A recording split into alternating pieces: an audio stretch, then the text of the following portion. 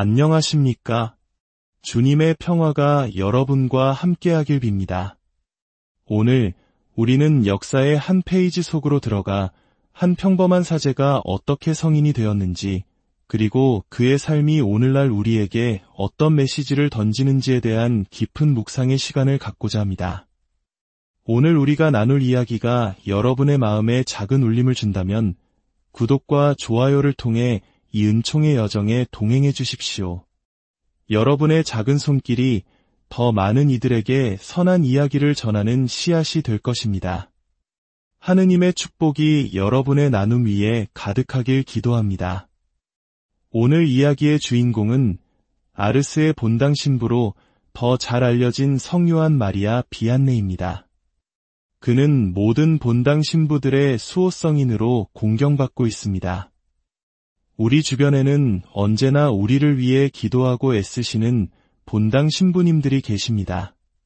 바로 그분들의 수호성인이라는 것은 그의 삶에 모든 사제들이 본받아야 할 특별한 무언가가 있다는 뜻이겠죠. 그의 삶을 통해 우리는 사제직의 거룩함과 신앙의 본질을 다시 한번 깨닫게 될 것입니다.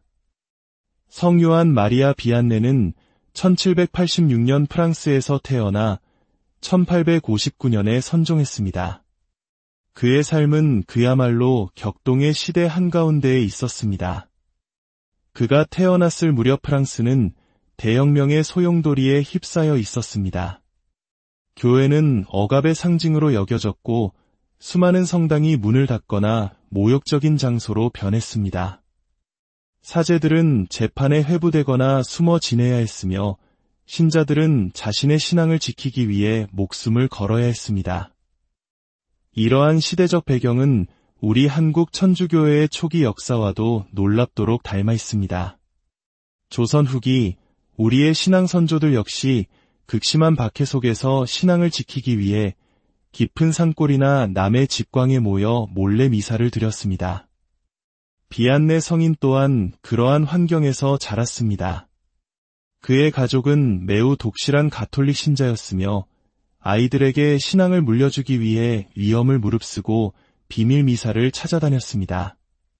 그는 13살이 되어서야 한 가정집에 부엌에서 창문을 가린 채 첫 영성체를 모셨다고 합니다. 이런 경험 속에서 어린 비안네의 눈에 비친 사제들은 영웅과도 같은 존재였습니다.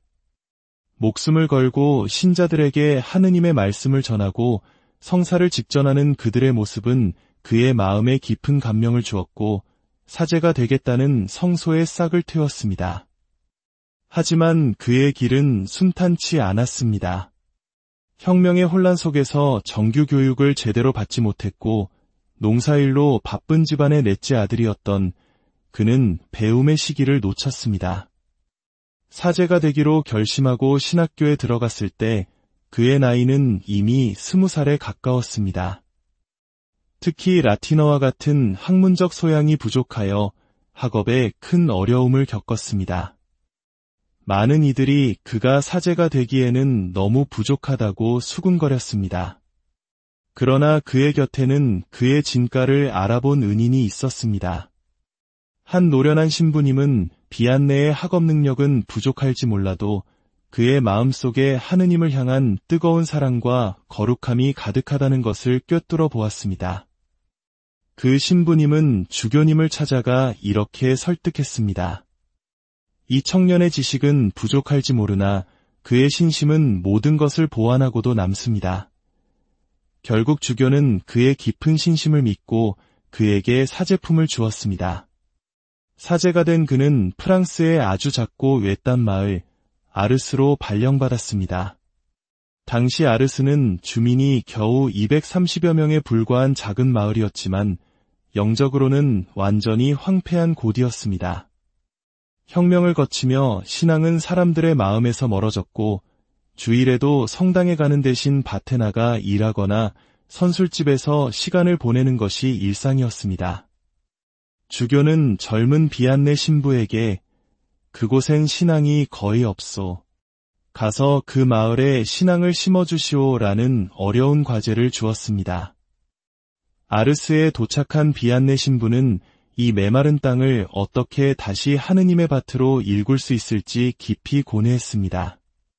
그리고 그는 가장 단순하지만 가장 근본적인 길을 선택했습니다. 그의 사목 계획은 3가지 기둥 위에 세워졌습니다. 바로 성체에 대한 깊은 사랑, 고해성사를 통한 하느님의 자비, 그리고 성모님께 대한 깊은 신심이었습니다. 첫째로, 그는 성체 안에 현존하시는 예수 그리스도께 자신의 모든 것을 바쳤습니다. 그는 미사를 거행할 때마다 온 마음과 영혼을 다해 마치 세상에 단 한 번뿐인 미사인 것처럼 정성을 쏟았습니다. 그의 미사는 단순한 예식이 아니라 살아계신 그리스도와의 뜨거운 만남 그 자체였습니다. 신자들은 그의 경건한 모습에서 성체의 신비를 어렴풋이나마 느끼기 시작했습니다. 그는 사제관이 아닌 성당에서 사는 것이나 다름없었습니다. 신자들이 언제든 성당에 가면 그는 성체 앞에서 기도하고 있었습니다. 둘째로, 그는 고해성사의 사도였습니다. 그는 죄인들이 하느님의 자비와 다시 만나는 이 성사의 중요성을 끊임없이 설파했습니다. 그의 명성이 알려지자 프랑스 전역에서 수많은 사람들이 그의 고해소 앞에 줄을 서기 시작했습니다. 그는 하루에 16시간에서 18시간까지 고해소에 앉아 신자들의 고백을 들었습니다. 그는 영혼을 꿰뚫어 보는 은사를 받아 어떤 이가 죄를 숨기거나 잊었을 때 부드럽게 일깨워주기도 했다고 합니다. 그는 고백을 들으며 죄인들의 무거운 짐을 자신의 짐처럼 짊어졌습니다. 그는 이렇게 말했습니다. 고백하러 온 신자들이 받아야 할 보속을 다할 수 없다면 내가 대신 그 보속을 해야 합니다. 그는 자신의 신자들을 위해 감자 몇 알로 끼니를 때우고 딱딱한 바닥에서 잠을 자는 등 극심한 고행을 실천했습니다.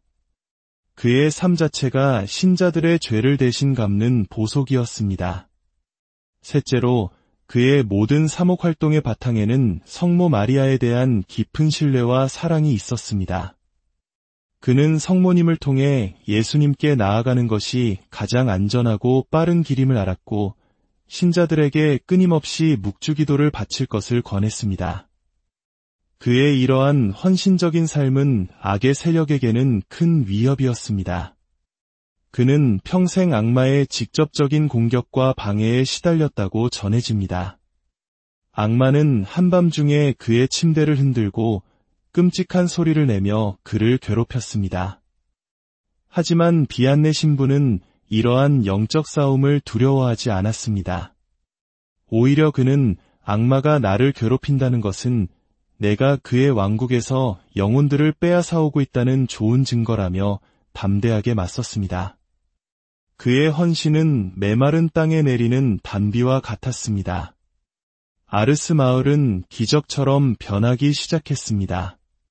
주일이면 텅 비었던 성당은 발 디딜 틈 없이 신자들로 가득 찼고 마을의 선술집들은 문을 닫았습니다. 그의 사목 말년에는 한 해에 무려 2만 명이 넘는 순례자들이 이 작은 시골 마을 아르스를 찾아와 그의 미사에 참여하고 고해성사를 받았습니다. 기차도 없던 시절 오직 한 거룩한 사제를 만나기 위해 사람들이 구름처럼 몰려들었던 것입니다. 베네딕토 16세 교황님은 비안네 성인 선종 150주년이 되던 2009년을 사제의 해로 선포하시며 그의 삶을 오늘날 사제들이 따라야 할 모범으로 제시하셨습니다. 교황님은 비안네 성인이 살았던 시대를 이성의 독재 시대라고 정의했습니다. 인간의 이성만으로 모든 것을 판단하고 신의 자리를 밀어내려 했던 시대였습니다. 그리고 오늘날 우리가 사는 이 시대는 상대주의의 독재 시대라고 말씀하셨습니다. 절대적인 진리는 없으며 너의 진리와 나의 진리가 다를 뿐이라는 생각입니다. 이러한 시대 속에서 비안네 성인은 우리에게 명확한 해답을 보여줍니다. 그는 화려한 논리나 웅변으로 이성주의자들과 싸우지 않았습니다. 대신 그는 성체와 고해성사, 그리고 성모님이라는 가장 기본적인 진리로 돌아갔습니다. 그는 십자가에 못 박히신 그리스도의 사랑을 자신의 삶으로 증거했습니다. 그의 겸손하고 거룩한 삶 자체가 그 어떤 논쟁보다 강력한 복음 선포였습니다. 오늘날까지도 아르스에는 비안네 성인의 심장이 부패하지 않은 채로 보존되어 있습니다. 이 성유물은 단순한 유물이 아니라 하느님과 이웃을 향한 그의 뜨거웠던 사랑을 생생하게 증언하고 있습니다. 그의 심장은 우리에게 묻습니다. 우리의 마음은 무엇을 향해 뛰고 있는가? 사랑하는 형제자매 여러분, 성유한 마리아 비안네의 이야기는 단지 한 위대한 성인의 이야기가 아닙니다. 그것은 우리 각자에게 주어진 신앙의 길을 어떻게 걸어가야 하는지에 대한 지침서와 같습니다. 그리고 특별히 우리 곁에서 묵묵히 십자가의 길을 걷고 계시는 우리 본당 신부님들을 다시 한번 생각하게 합니다. 신부님들은 이 시대의 비안네 성인처럼 보이지 않는 곳에서 수많은 영적 싸움을 치르고 계십니다. 그분들을 위해 기도해 주십시오. 그분들께 따뜻한 말 한마디로 감사를 표현해 주십시오. 우리의 기도와 지지가 그분들에게는 가장 큰 힘이 될 것입니다. 성유한 마리아 비안네 성인의 전구를 청하며 우리 모두가 그의 소박하지만 이대한 신앙의 길을 따라 하느님께 더 가까이 나아갈 수 있기를 기도합시다. 주님께서 여러분에게 강복하시고 지켜주시며 주님께서 웃는 얼굴로 여러분을 비추시고 은혜를 베푸시며 주님께서 고이 여러분을 보시어 평화를 주시기를 빕니다. 성부와 성자와 성령의 이름으로 안녕하십니까? 주님의 평화가 여러분과 함께하길 빕니다. 오늘 우리는 역사의 한 페이지 속으로 들어가 한 평범한 사제가 어떻게 성인이 되었는지, 그리고 그의 삶이 오늘날 우리에게 어떤 메시지를 던지는지에 대한 깊은 묵상의 시간을 갖고자 합니다. 오늘 우리가 나눌 이야기가 여러분의 마음에 작은 울림을 준다면 구독과 좋아요를 통해 이 은총의 여정에 동행해 주십시오. 여러분의 작은 손길이 더 많은 이들에게 선한 이야기를 전하는 씨앗이 될 것입니다. 하느님의 축복이 여러분의 나눔 위에 가득하길 기도합니다. 오늘 이야기의 주인공은 아르스의 본당 신부로 더 잘 알려진 성유한 마리아 비안네입니다. 그는 모든 본당 신부들의 수호성인으로 공경받고 있습니다. 우리 주변에는 언제나 우리를 위해 기도하고 애쓰시는 본당 신부님들이 계십니다. 바로 그분들의 수호성인이라는 것은 그의 삶에 모든 사제들이 본받아야 할 특별한 무언가가 있다는 뜻이겠죠. 그의 삶을 통해 우리는 사제직의 거룩함과 신앙의 본질을 다시 한번 깨닫게 될 것입니다. 성유한 마리아 비안네는 1786년 프랑스에서 태어나 1859년에 선종했습니다. 그의 삶은 그야말로 격동의 시대 한가운데에 있었습니다. 그가 태어났을 무렵 프랑스는 대혁명의 소용돌이에 휩싸여 있었습니다. 교회는 억압의 상징으로 여겨졌고 수많은 성당이 문을 닫거나 모욕적인 장소로 변했습니다. 사제들은 재판에 회부되거나 숨어 지내야 했으며 신자들은 자신의 신앙을 지키기 위해 목숨을 걸어야 했습니다. 이러한 시대적 배경은 우리 한국 천주교회의 초기 역사와도 놀랍도록 닮아 있습니다. 조선 후기 우리의 신앙 선조들 역시 극심한 박해 속에서 신앙을 지키기 위해 깊은 산골이나 남의 집광에 모여 몰래 미사를 드렸습니다. 비안네 성인 또한 그러한 환경에서 자랐습니다. 그의 가족은 매우 독실한 가톨릭 신자였으며 아이들에게 신앙을 물려주기 위해 위험을 무릅쓰고 비밀 미사를 찾아다녔습니다. 그는 13살이 되어서야 한 가정집에 부엌에서 창문을 가린 채 첫 영성체를 모셨다고 합니다. 이런 경험 속에서 어린 비안네의 눈에 비친 사제들은 영웅과도 같은 존재였습니다. 목숨을 걸고 신자들에게 하느님의 말씀을 전하고 성사를 직전하는 그들의 모습은 그의 마음에 깊은 감명을 주었고 사제가 되겠다는 성소의 싹을 틔웠습니다. 하지만 그의 길은 순탄치 않았습니다. 혁명의 혼란 속에서 정규 교육을 제대로 받지 못했고 농사일로 바쁜 집안의 넷째 아들이었던 그는 배움의 시기를 놓쳤습니다. 사제가 되기로 결심하고 신학교에 들어갔을 때 그의 나이는 이미 20살에 가까웠습니다. 특히 라틴어와 같은 학문적 소양이 부족하여 학업에 큰 어려움을 겪었습니다. 많은 이들이 그가 사제가 되기에는 너무 부족하다고 수군거렸습니다. 그러나 그의 곁에는 그의 진가를 알아본 은인이 있었습니다. 한 노련한 신부님은 비안네의 학업 능력은 부족할지 몰라도 그의 마음속에 하느님을 향한 뜨거운 사랑과 거룩함이 가득하다는 것을 꿰뚫어 보았습니다. 그 신부님은 주교님을 찾아가 이렇게 설득했습니다. 이 청년의 지식은 부족할지 모르나 그의 신심은 모든 것을 보완하고도 남습니다. 결국 주교는 그의 깊은 신심을 믿고 그에게 사제품을 주었습니다. 사제가 된 그는 프랑스의 아주 작고 외딴 마을 아르스로 발령받았습니다.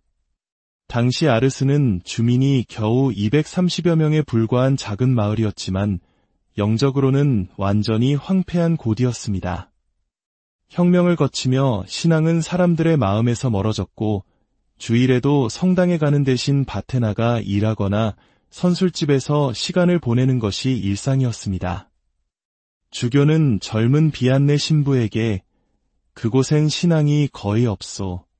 가서 그 마을에 신앙을 심어주시오라는 어려운 과제를 주었습니다. 아르스에 도착한 비안네 신부는 이 메마른 땅을 어떻게 다시 하느님의 밭으로 일굴 수 있을지 깊이 고뇌했습니다. 그리고 그는 가장 단순하지만 가장 근본적인 길을 선택했습니다. 그의 사목 계획은 3가지 기둥 위에 세워졌습니다.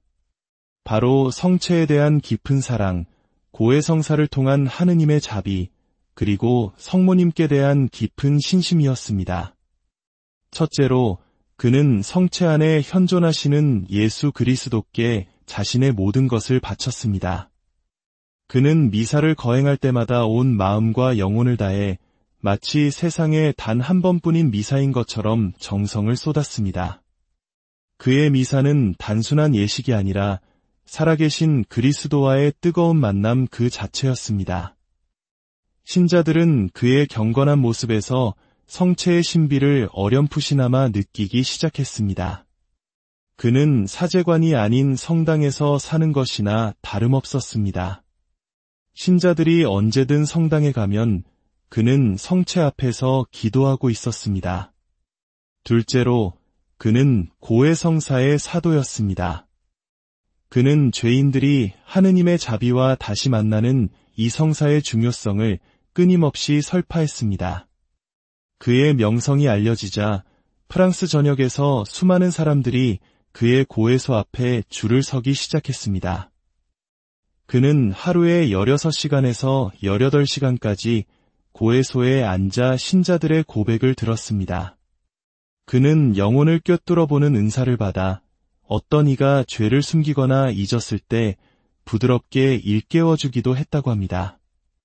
그는 고백을 들으며 죄인들의 무거운 짐을 자신의 짐처럼 짊어졌습니다. 그는 이렇게 말했습니다. 고백하러 온 신자들이 받아야 할 보속을 다 할 수 없다면 내가 대신 그 보속을 해야 합니다. 그는 자신의 신자들을 위해 감자 몇 알로 끼니를 때우고 딱딱한 바닥에서 잠을 자는 등 극심한 고행을 실천했습니다. 그의 삶 자체가 신자들의 죄를 대신 갚는 보속이었습니다. 셋째로, 그의 모든 사목 활동의 바탕에는 성모 마리아에 대한 깊은 신뢰와 사랑이 있었습니다. 그는 성모님을 통해 예수님께 나아가는 것이 가장 안전하고 빠른 길임을 알았고 신자들에게 끊임없이 묵주기도를 바칠 것을 권했습니다. 그의 이러한 헌신적인 삶은 악의 세력에게는 큰 위협이었습니다. 그는 평생 악마의 직접적인 공격과 방해에 시달렸다고 전해집니다. 악마는 한밤중에 그의 침대를 흔들고 끔찍한 소리를 내며 그를 괴롭혔습니다. 하지만 비안네 신부는 이러한 영적 싸움을 두려워하지 않았습니다. 오히려 그는 악마가 나를 괴롭힌다는 것은 내가 그의 왕국에서 영혼들을 빼앗아오고 있다는 좋은 증거라며 담대하게 맞섰습니다. 그의 헌신은 메마른 땅에 내리는 단비와 같았습니다. 아르스 마을은 기적처럼 변하기 시작했습니다. 주일이면 텅 비었던 성당은 발 디딜 틈 없이 신자들로 가득 찼고 마을의 선술집들은 문을 닫았습니다. 그의 사목 말년에는 한 해에 무려 2만 명이 넘는 순례자들이 이 작은 시골 마을 아르스를 찾아와 그의 미사에 참여하고 고해성사를 받았습니다. 기차도 없던 시절 오직 한 거룩한 사제를 만나기 위해 사람들이 구름처럼 몰려들었던 것입니다. 베네딕토 16세 교황님은 비안네 성인 선종 150주년이 되던 2009년을 사제의 해로 선포하시며 그의 삶을 오늘날 사제들이 따라야 할 모범으로 제시하셨습니다. 교황님은 비안네 성인이 살았던 시대를 이성의 독재 시대라고 정의했습니다. 인간의 이성만으로 모든 것을 판단하고 신의 자리를 밀어내려 했던 시대였습니다. 그리고 오늘날 우리가 사는 이 시대는 상대주의의 독재 시대라고 말씀하셨습니다. 절대적인 진리는 없으며 너의 진리와 나의 진리가 다를 뿐이라는 생각입니다. 이러한 시대 속에서 비안네 성인은 우리에게 명확한 해답을 보여줍니다.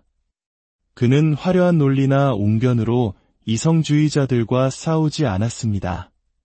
대신 그는 성체와 고해성사, 그리고 성모님이라는 가장 기본적인 진리로 돌아갔습니다. 그는 십자가에 못 박히신 그리스도의 사랑을 자신의 삶으로 증거했습니다. 그의 겸손하고 거룩한 삶 자체가 그 어떤 논쟁보다 강력한 복음 선포였습니다.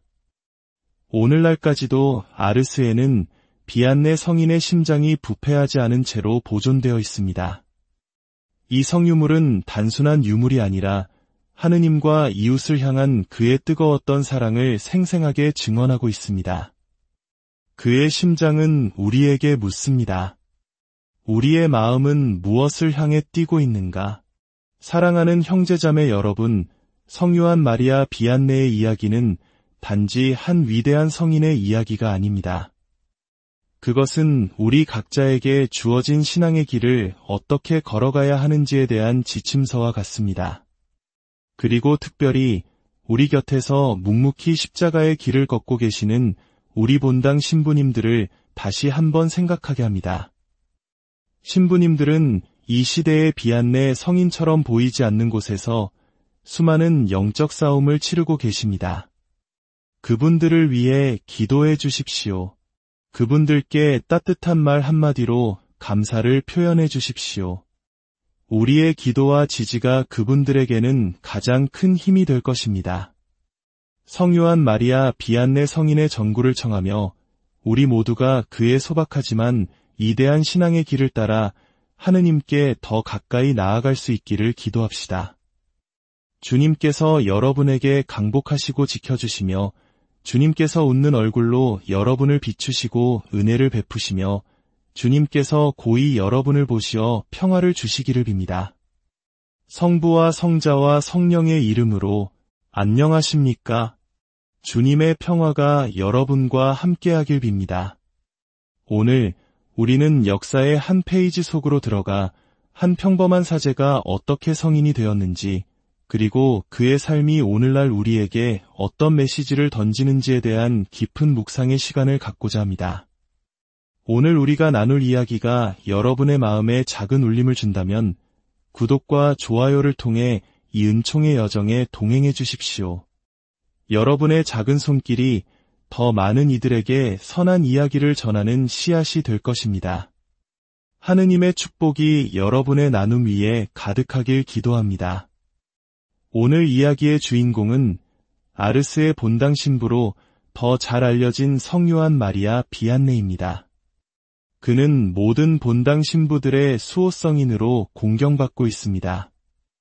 우리 주변에는 언제나 우리를 위해 기도하고 애쓰시는 본당 신부님들이 계십니다. 바로 그분들의 수호성인이라는 것은 그의 삶에 모든 사제들이 본받아야 할 특별한 무언가가 있다는 뜻이겠지요. 그의 삶을 통해 우리는 사제직의 거룩함과 신앙의 본질을 다시 한번 깨닫게 될 것입니다. 성요한 마리아 비안네는 1786년 프랑스에서 태어나 1859년에 선종했습니다. 그의 삶은 그야말로 격동의 시대 한가운데에 있었습니다.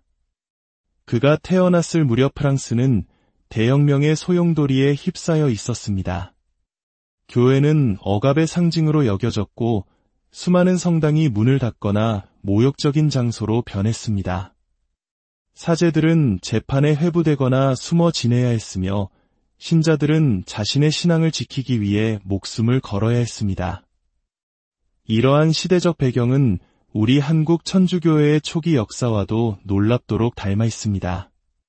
조선 후기 우리의 신앙 선조들 역시 극심한 박해 속에서 신앙을 지키기 위해 깊은 산골이나 남의 집광에 모여 몰래 미사를 드렸습니다.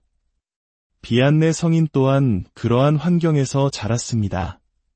그의 가족은 매우 독실한 가톨릭 신자였으며 아이들에게 신앙을 물려주기 위해 위험을 무릅쓰고 비밀 미사를 찾아다녔습니다. 그는 13살이 되어서야 한 가정집에 부엌에서 창문을 가린 채 첫 영성체를 모셨다고 합니다. 이런 경험 속에서 어린 비안네의 눈에 비친 사제들은 영웅과도 같은 존재였습니다. 목숨을 걸고 신자들에게 하느님의 말씀을 전하고 성사를 직전하는 그들의 모습은 그의 마음에 깊은 감명을 주었고 사제가 되겠다는 성소의 싹을 틔웠습니다. 하지만 그의 길은 순탄치 않았습니다. 혁명의 혼란 속에서 정규 교육을 제대로 받지 못했고 농사일로 바쁜 집안의 넷째 아들이었던 그는 배움의 시기를 놓쳤습니다. 사제가 되기로 결심하고 신학교에 들어갔을 때 그의 나이는 이미 20살에 가까웠습니다. 특히 라틴어와 같은 학문적 소양이 부족하여 학업에 큰 어려움을 겪었습니다. 많은 이들이 그가 사제가 되기에는 너무 부족하다고 수군거렸습니다. 그러나 그의 곁에는 그의 진가를 알아본 은인이 있었습니다. 한 노련한 신부님은 비안네의 학업 능력은 부족할지 몰라도 그의 마음속에 하느님을 향한 뜨거운 사랑과 거룩함이 가득하다는 것을 꿰뚫어 보았습니다. 그 신부님은 주교님을 찾아가 이렇게 설득했습니다. 이 청년의 지식은 부족할지 모르나 그의 신심은 모든 것을 보완하고도 남습니다. 결국 주교는 그의 깊은 신심을 믿고 그에게 사제품을 주었습니다. 사제가 된 그는 프랑스의 아주 작고 외딴 마을 아르스로 발령받았습니다. 당시 아르스는 주민이 겨우 230여 명에 불과한 작은 마을이었지만 영적으로는 완전히 황폐한 곳이었습니다.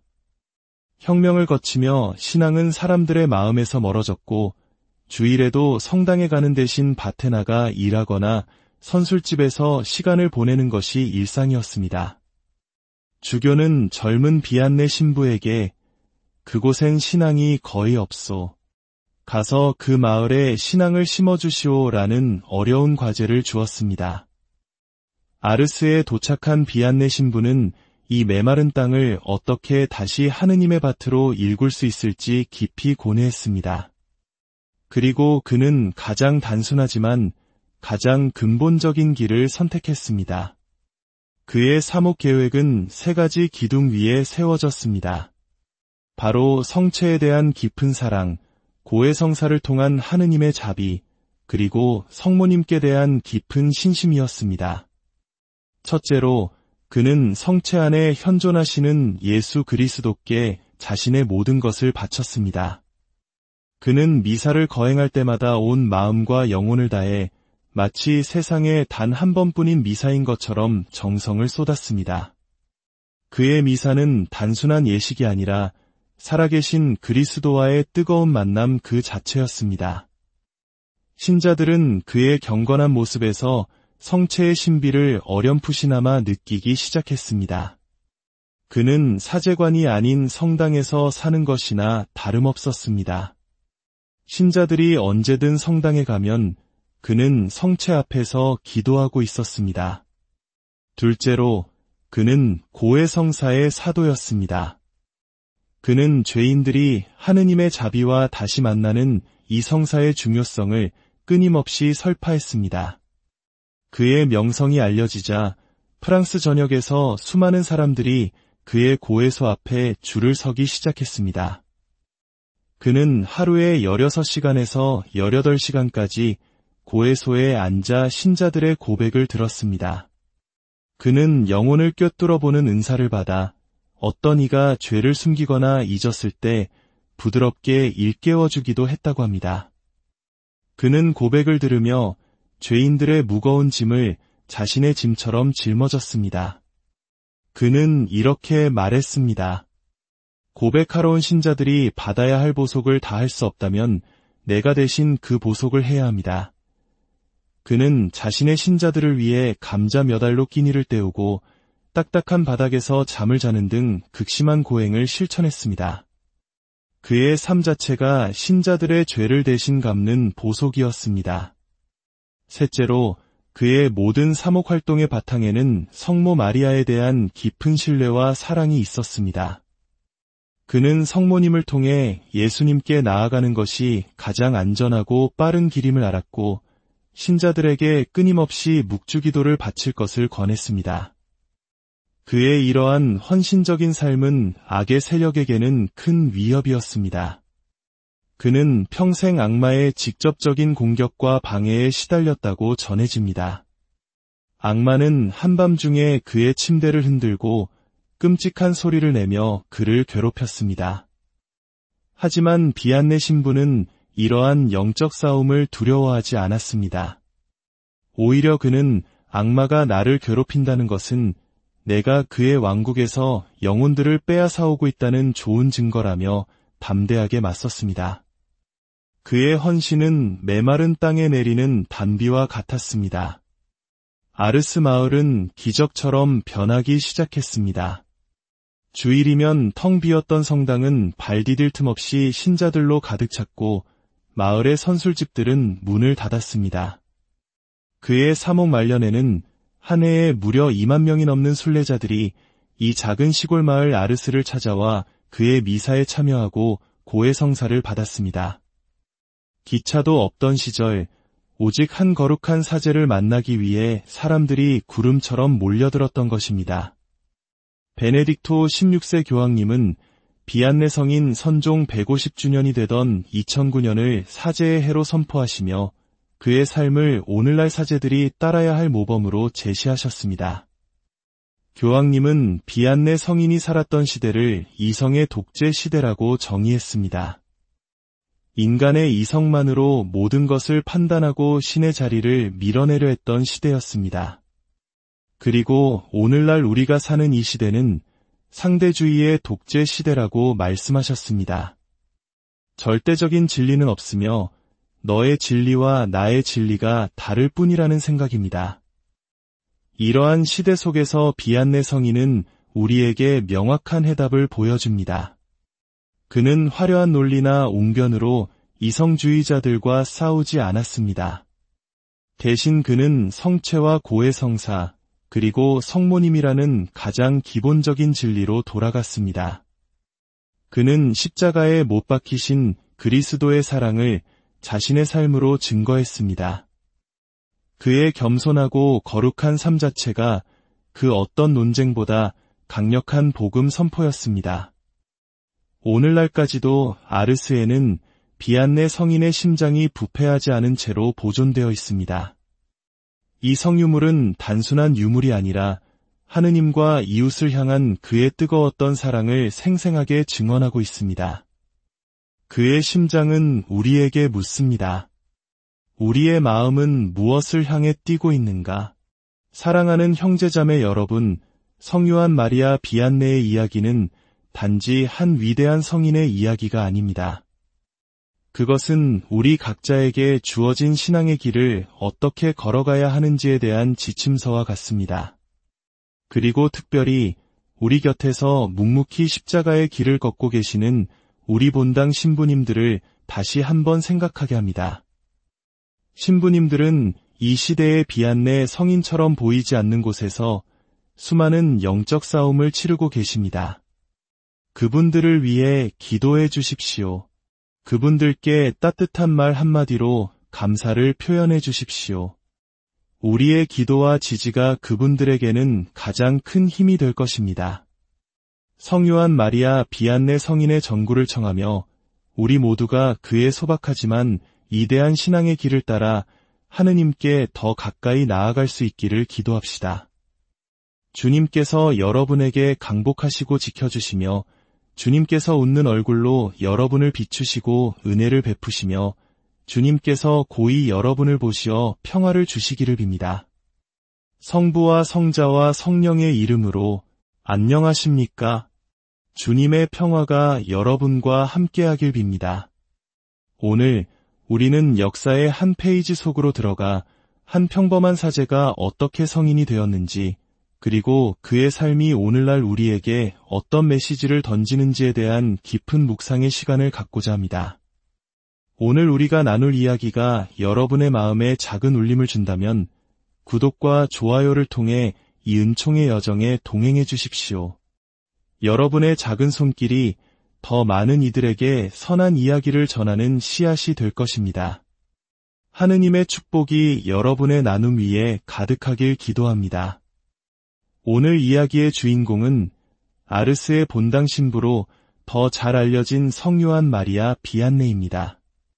그는 모든 본당 신부들의 수호성인으로 공경받고 있습니다. 우리 주변에는 언제나 우리를 위해 기도하고 애쓰시는 본당 신부님들이 계십니다. 바로 그분들의 수호성인이라는 것은 그의 삶에 모든 사제들이 본받아야 할 특별한 무언가가 있다는 뜻이겠죠. 그의 삶을 통해 우리는 사제직의 거룩함과 신앙의 본질을 다시 한번 깨닫게 될 것입니다. 성요한 마리아 비안네는 1786년 프랑스에서 태어나 1859년에 선종했습니다. 그의 삶은 그야말로 격동의 시대 한가운데에 있었습니다. 그가 태어났을 무렵 프랑스는 대혁명의 소용돌이에 휩싸여 있었습니다. 교회는 억압의 상징으로 여겨졌고 수많은 성당이 문을 닫거나 모욕적인 장소로 변했습니다.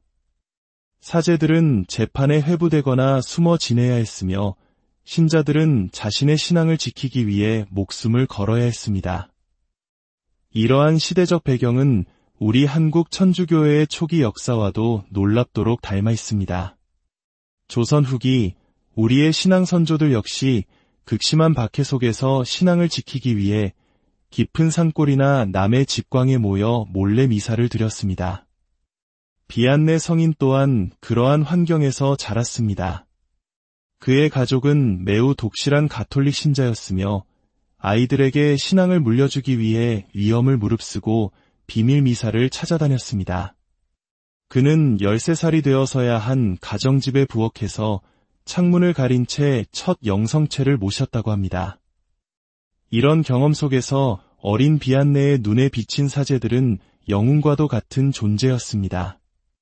목숨을 걸고 신자들에게 하느님의 말씀을 전하고 성사를 직전하는 그들의 모습은 그의 마음에 깊은 감명을 주었고 사제가 되겠다는 성소의 싹을 틔웠습니다. 하지만 그의 길은 순탄치 않았습니다. 혁명의 혼란 속에서 정규 교육을 제대로 받지 못했고 농사일로 바쁜 집안의 넷째 아들이었던 그는 배움의 시기를 놓쳤습니다.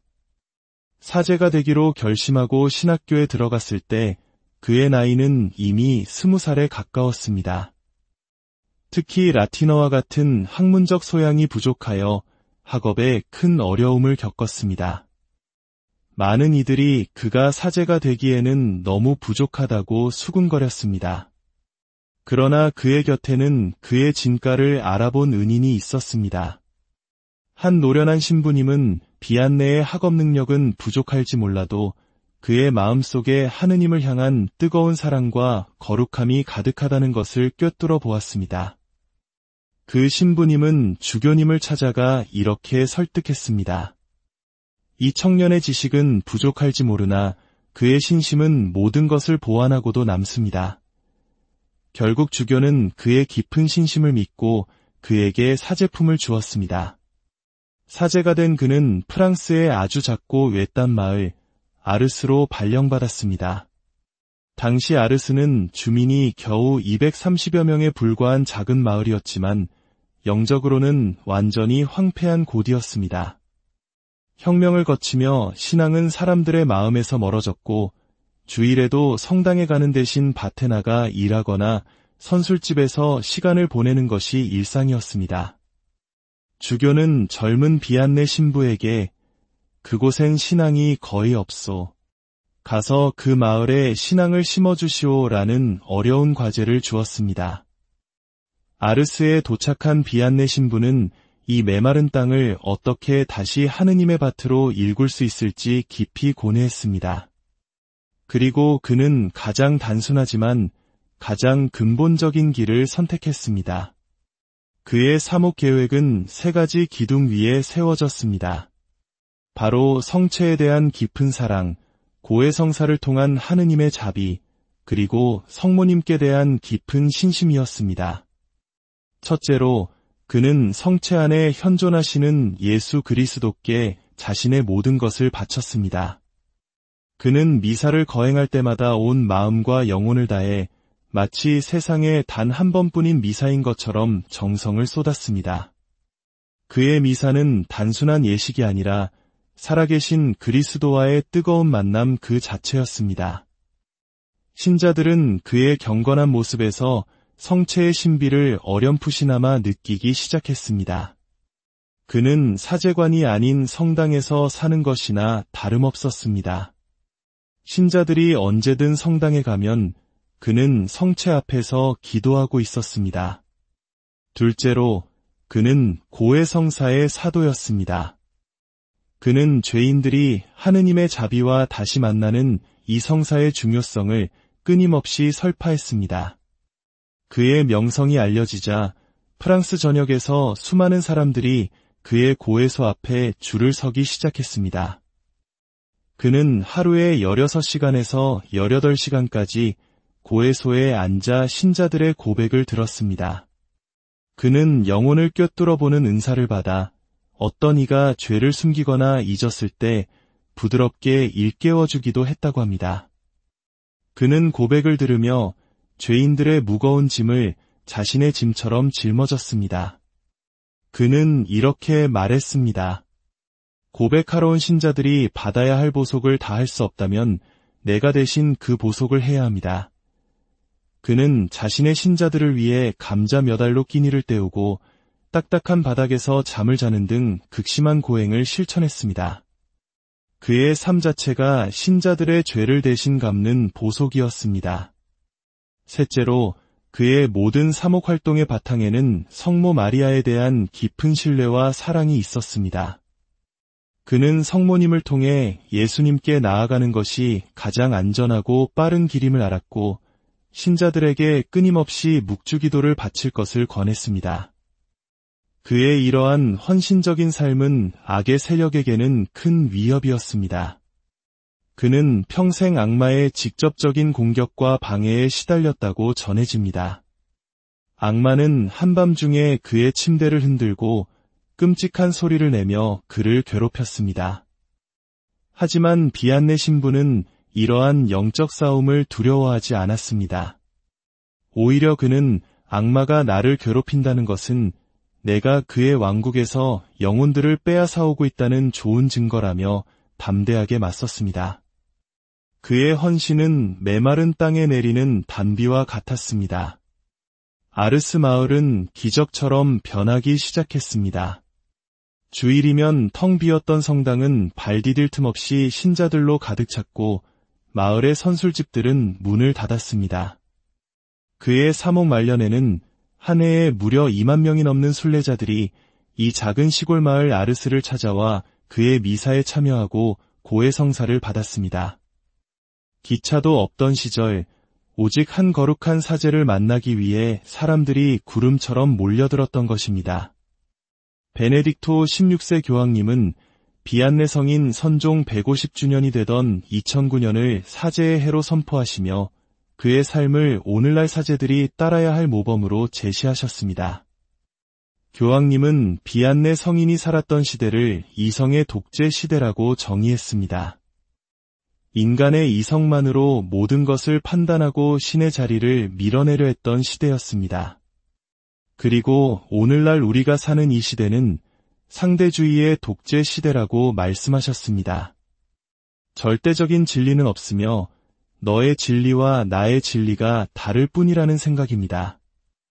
이러한 시대 속에서 비안네 성인은 우리에게 명확한 해답을 보여줍니다. 그는 화려한 논리나 웅변으로 이성주의자들과 싸우지 않았습니다. 대신 그는 성체와 고해성사, 그리고 성모님이라는 가장 기본적인 진리로 돌아갔습니다. 그는 십자가에 못 박히신 그리스도의 사랑을 자신의 삶으로 증거했습니다. 그의 겸손하고 거룩한 삶 자체가 그 어떤 논쟁보다 강력한 복음 선포였습니다.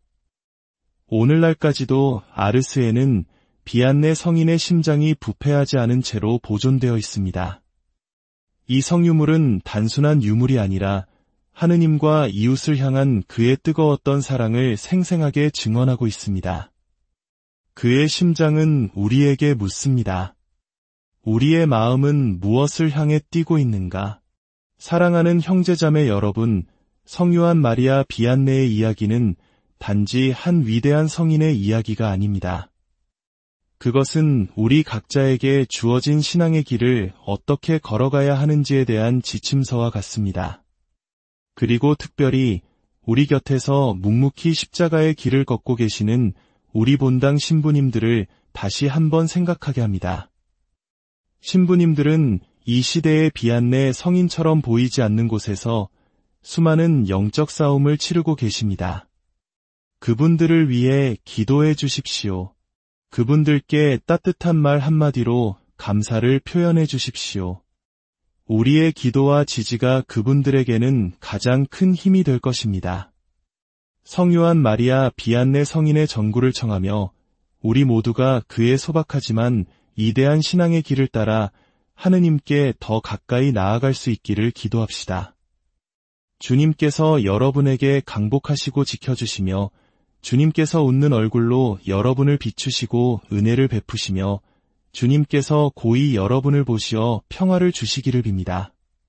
성부와 성자와 성령의 이름으로 안녕하십니까?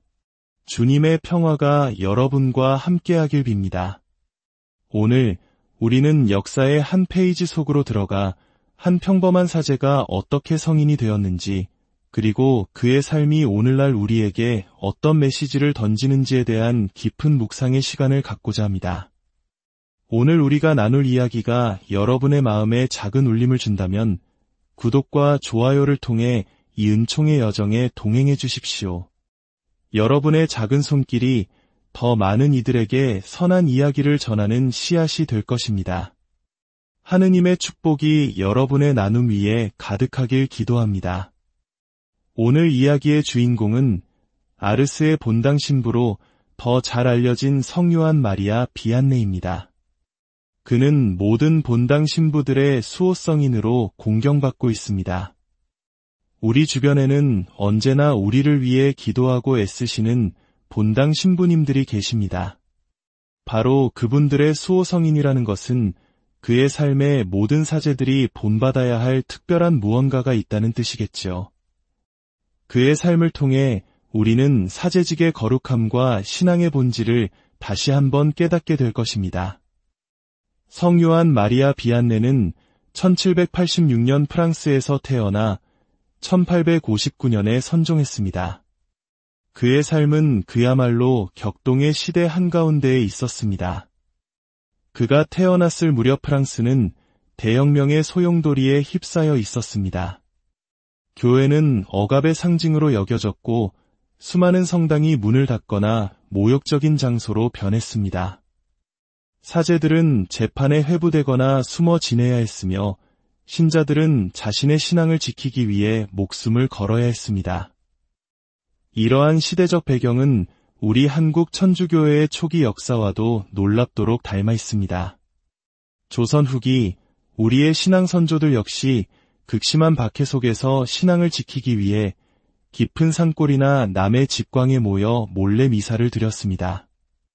비안내 성인 또한 그러한 환경에서 자랐습니다. 그의 가족은 매우 독실한 가톨릭 신자였으며 아이들에게 신앙을 물려주기 위해 위험을 무릅쓰고 비밀 미사를 찾아다녔습니다. 그는 13살이 되어서야 한 가정집에 부엌에서 창문을 가린 채 첫 영성체를 모셨다고 합니다. 이런 경험 속에서 어린 비안내의 눈에 비친 사제들은 영웅과도 같은 존재였습니다. 목숨을 걸고 신자들에게 하느님의 말씀을 전하고 성사를 직전하는 그들의 모습은 그의 마음에 깊은 감명을 주었고 사제가 되겠다는 성소의 싹을 틔웠습니다. 하지만 그의 길은 순탄치 않았습니다. 혁명의 혼란 속에서 정규 교육을 제대로 받지 못했고 농사일로 바쁜 집안의 넷째 아들이었던 그는 배움의 시기를 놓쳤습니다. 사제가 되기로 결심하고 신학교에 들어갔을 때 그의 나이는 이미 20살에 가까웠습니다. 특히 라틴어와 같은 학문적 소양이 부족하여 학업에 큰 어려움을 겪었습니다. 많은 이들이 그가 사제가 되기에는 너무 부족하다고 수군거렸습니다. 그러나 그의 곁에는 그의 진가를 알아본 은인이 있었습니다. 한 노련한 신부님은 비안내의 학업 능력은 부족할지 몰라도 그의 마음속에 하느님을 향한 뜨거운 사랑과 거룩함이 가득하다는 것을 꿰뚫어 보았습니다. 그 신부님은 주교님을 찾아가 이렇게 설득했습니다. 이 청년의 지식은 부족할지 모르나 그의 신심은 모든 것을 보완하고도 남습니다. 결국 주교는 그의 깊은 신심을 믿고 그에게 사제품을 주었습니다. 사제가 된 그는 프랑스의 아주 작고 외딴 마을 아르스로 발령받았습니다. 당시 아르스는 주민이 겨우 230여 명에 불과한 작은 마을이었지만 영적으로는 완전히 황폐한 곳이었습니다. 혁명을 거치며 신앙은 사람들의 마음에서 멀어졌고 주일에도 성당에 가는 대신 밭에 나가 일하거나 선술집에서 시간을 보내는 것이 일상이었습니다. 주교는 젊은 비안내 신부에게 그곳엔 신앙이 거의 없소. 가서 그 마을에 신앙을 심어주시오라는 어려운 과제를 주었습니다. 아르스에 도착한 비안내 신부는 이 메마른 땅을 어떻게 다시 하느님의 밭으로 일굴 수 있을지 깊이 고뇌했습니다. 그리고 그는 가장 단순하지만 가장 근본적인 길을 선택했습니다. 그의 사목 계획은 3가지 기둥 위에 세워졌습니다. 바로 성체에 대한 깊은 사랑, 고해성사를 통한 하느님의 자비, 그리고 성모님께 대한 깊은 신심이었습니다. 첫째로, 그는 성체 안에 현존하시는 예수 그리스도께 자신의 모든 것을 바쳤습니다. 그는 미사를 거행할 때마다 온 마음과 영혼을 다해 마치 세상에 단 한 번뿐인 미사인 것처럼 정성을 쏟았습니다. 그의 미사는 단순한 예식이 아니라 살아계신 그리스도와의 뜨거운 만남 그 자체였습니다. 신자들은 그의 경건한 모습에서 성체의 신비를 어렴풋이나마 느끼기 시작했습니다. 그는 사제관이 아닌 성당에서 사는 것이나 다름없었습니다. 신자들이 언제든 성당에 가면 그는 성체 앞에서 기도하고 있었습니다. 둘째로, 그는 고해성사의 사도였습니다. 그는 죄인들이 하느님의 자비와 다시 만나는 이 성사의 중요성을 끊임없이 설파했습니다. 그의 명성이 알려지자 프랑스 전역에서 수많은 사람들이 그의 고해소 앞에 줄을 서기 시작했습니다. 그는 하루에 16시간에서 18시간까지 고해소에 앉아 신자들의 고백을 들었습니다. 그는 영혼을 꿰뚫어 보는 은사를 받아 어떤 이가 죄를 숨기거나 잊었을 때 부드럽게 일깨워주기도 했다고 합니다. 그는 고백을 들으며 죄인들의 무거운 짐을 자신의 짐처럼 짊어졌습니다. 그는 이렇게 말했습니다. 고백하러 온 신자들이 받아야 할 보속을 다 할 수 없다면 내가 대신 그 보속을 해야 합니다. 그는 자신의 신자들을 위해 감자 몇 알로 끼니를 때우고 딱딱한 바닥에서 잠을 자는 등 극심한 고행을 실천했습니다. 그의 삶 자체가 신자들의 죄를 대신 갚는 보속이었습니다. 셋째로, 그의 모든 사목 활동의 바탕에는 성모 마리아에 대한 깊은 신뢰와 사랑이 있었습니다. 그는 성모님을 통해 예수님께 나아가는 것이 가장 안전하고 빠른 길임을 알았고, 신자들에게 끊임없이 묵주기도를 바칠 것을 권했습니다. 그의 이러한 헌신적인 삶은 악의 세력에게는 큰 위협이었습니다. 그는 평생 악마의 직접적인 공격과 방해에 시달렸다고 전해집니다. 악마는 한밤중에 그의 침대를 흔들고 끔찍한 소리를 내며 그를 괴롭혔습니다. 하지만 비안네 신부는 이러한 영적 싸움을 두려워하지 않았습니다. 오히려 그는 악마가 나를 괴롭힌다는 것은 내가 그의 왕국에서 영혼들을 빼앗아오고 있다는 좋은 증거라며 담대하게 맞섰습니다. 그의 헌신은 메마른 땅에 내리는 단비와 같았습니다. 아르스 마을은 기적처럼 변하기 시작했습니다. 주일이면 텅 비었던 성당은 발 디딜 틈 없이 신자들로 가득 찼고 마을의 선술집들은 문을 닫았습니다.